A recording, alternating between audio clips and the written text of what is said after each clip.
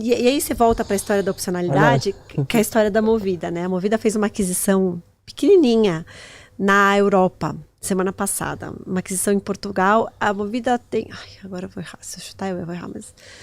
Ela tem mais de 100 mil carros, ela tem bem mais. Mas assim, digamos que ela tenha 100 mil carros, ela fez uma aquisição de 3 mil carros. Irrelevante. Pagou 4 vezes EBITDA. Barato. Mas o que é aquilo? É uma opcionalidade. O mercado que a Movida briga, ela briga com a Localiza aqui. É um mercado já mais estabelecido. Os maiores players têm metade do mercado. O mercado cresce pra caramba. Mas aqui já é uma briga de verdade. Lá em Portugal é uma zona, não tem um grande líder, alguém que esteja fazendo muita diferença. Então ali pode ser um potencial de crescimento muito grande para ela, né?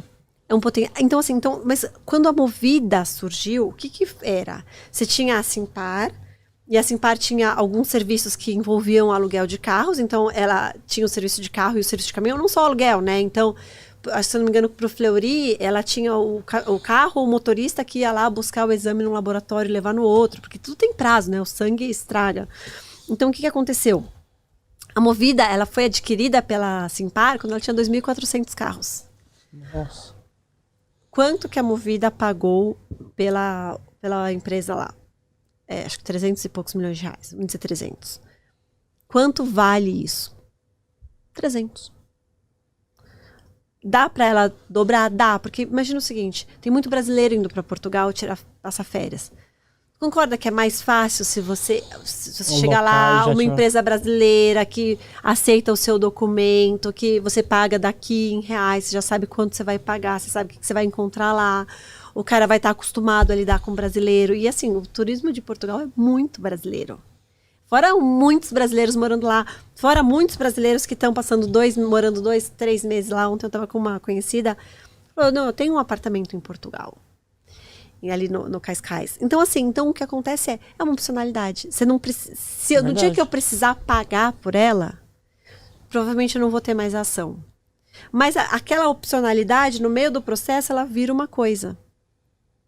A Vamos... Na Simpar, de novo, né? Eu gosto muito de Simpar, eu sou suspeita.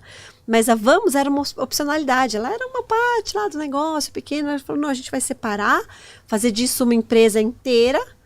A Vamos está crescendo loucamente, mas ela ainda é minúscula para o mercado que ela atua. Ela tem, sei lá, 34 mil caminhões. E ela o legal da Vamos também que a Vamos não é só caminhão, né? Tem toda a parte de maquinário, né? Amarelo, maquinário verde que eles falam também, né?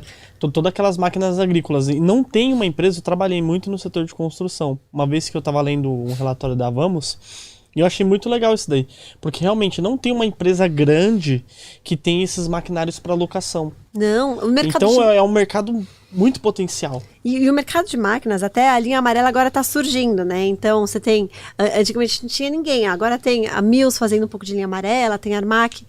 Mas você olha, por exemplo, compara o valuation de Vamos com o valuation de Armac, e tipo, a Armac, por algum motivo, que tem uma linha muito mais restrita, ela tem um valuation, né? O múltiplo dela, a forma como você avalia é tipo o dobro.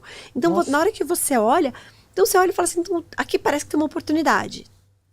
E você olha, e tem um indicador que eu gosto, que é assim, quanto cresce o lucro e quantas vezes o lucro a ação está negociando. Então, o preço dividido pelo lucro por ação, né, que é o múltiplo de preço-lucro, como é que essas coisas se relacionam? Então, na hora que você olhar isso, o que você vai ver? Você vai virar e falar assim, cara, tem uma oportunidade aqui. Então, na hora que você olha, mas a Vamos, ela era uma opcionalidade lá atrás. Então tem um negócio ela acabou se tornando um negócio muito grande. Tem um negócio hoje que é lá um negócio de aterros. Paga-se muito pouco pelo negócio de aterros do grupo. Na verdade, não paga nada. Você leva meio que de graça. Mas se aquilo virar grande, eu acho que o business de aterro ainda tem muito para crescer no Brasil. Isso daí é dentro da Simpar? Dentro da Simpar. Então, quando você olha, voltando para as opcionalidades, você tem muita coisa que pode acontecer numa empresa que pode virar alguma coisa grande, que pode virar um outro negócio, né? Olha a Cosan, sabe? A Cosan é a dona da Rumo. Sabe como que isso começou? Como? A Rumo, ela chamava ALL Logística. E aí a Cosan transportava açúcar através da Rumo. Mas ela fez um contrato super leonino, a ALL não cumpriu, E aí a melhor forma de resolver foi ela absorvendo a Rumo. A empresa. Caramba. Então, assim, você olha e às vezes você tem uma empresa muito boa e ela tem opcionalidades que vai trazendo para dentro. Então, você já viu uma lojinha que chama Osho? Osho, tem um cara que eu acompanho, que ele é lá de fora, ele fala sobre negócios, ele, se eu não me engano, é do México. E ele fala muito da Osho. E eu comecei a reparar sobre essa Osho, aqui em São Paulo, principalmente por aqui, pela Paulista, tem muita lojinha dessa daqui. Uma conveniência. Uma conveniência pequenininha, e ele fala muito. E eu olhei e falei, nossa, aí quando eu vi o logo, eu falei, meu, deve ser muito grande lá fora. Então, isso é a Cosan no Brasil. É a Cosan no Brasil? É da Cosan? Sim. Nossa, meu, que legal. É bom saber, viu? Então eu sou sócio da Osho, vou chegar lá na Osho lá, porque eu tenho ações da Cosan. Aí. Caramba, e é uma opcionalidade, né? Como e você pensa coisa, você não pensa nisso. Então, assim, isso dá dinheiro, isso é uma outra questão. Já é outra coisa. Eu não tô olhando, mas eu acho que dá, eu acho que vai dar sim. Então, assim, você tem que olhar, quando você olha uma empresa, você olha e fala assim, o que pode acontecer de bom? Sempre ter um plano B, né? E o que pode acontecer de ruim? Exatamente. Ou de pior, né? Você precificar o pior, né? E às vezes olhar e falar assim, por exemplo, o negócio de etanol, ele tá num momento ruim.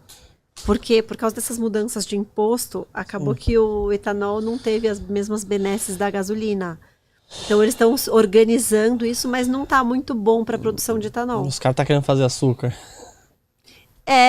Mas eu acho que o etanol, a gente poderia fazer um podcast só discutindo etanol, assim, porque eu sou super animada com etanol.